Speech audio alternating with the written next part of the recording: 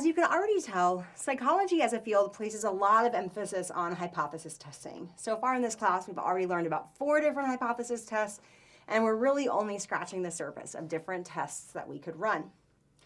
But newer approaches to statistics are pushing us as researchers to analyze our data and present our statistics in newer and broader ways. We've actually already talked about one of those ways when we talked about confidence intervals. So remember, confidence intervals use sample data to estimate a range in which the true population might exist. So you're saying, based on what I've observed in this sample, I'm going to guess that in reality, the results are somewhere between X and Y. Another approach to statistics involves estimating effect size.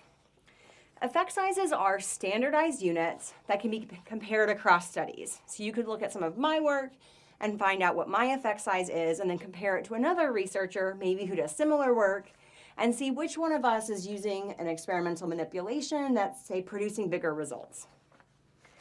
So their standardized units mean they can be compared across studies, across researchers, even across variables.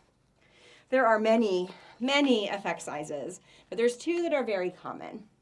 One of those we're not really quite ready to talk about yet. It's the Pearson R correlation coefficient. This is the degree of linear association between X and Y, or linear association between 2 variables.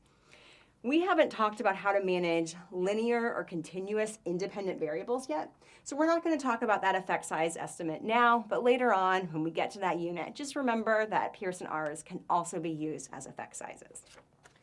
What we are going to talk about today is an effect size that's really useful for comparing 2 groups, 2 independent groups. Like we just talked about independent samples t-tests, this is the effect size you would use to compare that.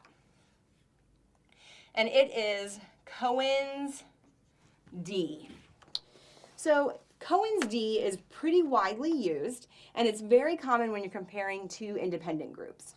Because it's a standard unit, you can actually use it to describe any research design, but it's most commonly applied to this case of having 2 groups.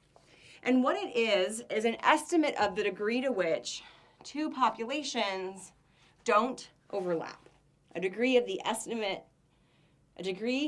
of how much 2 populations don't overlap.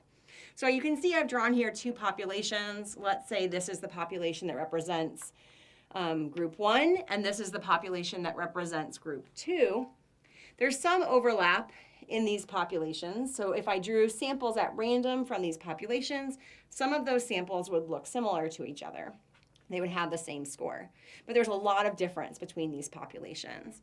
And so what Cohen's d is going to actually estimate is the standardized difference between the population means. Now it's estimating because we're still going to be using our sample data to get at this difference. Cohen's d, the formula for that, is going to equal the mean of group 1 minus the mean of group 2 all over S sub p. So after you've done an independent samples t-test, you can think about calculating an effect size like step 5. After you've concluded that it is or isn't significant, you can then go on to say, but how different are these means in standardized units? In other words, how different would we guess our population means should be? So just to catch you back up on this formula, mean of group 1, mean of group 2. S sub p is a little bit different than what we've been talking about. S sub p is the pooled standard deviation. You already know about S squared sub p, that's the pooled variance. So remember that all you have to do to get S sub p is take the square root of that number. I'm going to post some problems for you to practice online about calculating effect sizes. Important things to remember are that Cohen's d is a standardized difference between group means. In fact, every d value that you see is actually in terms of standard deviation units. Just like z-scores that use standard deviations to talk about locations of scores in a distribution, d-scores tell us about standard deviations that 2 means are different from each other by.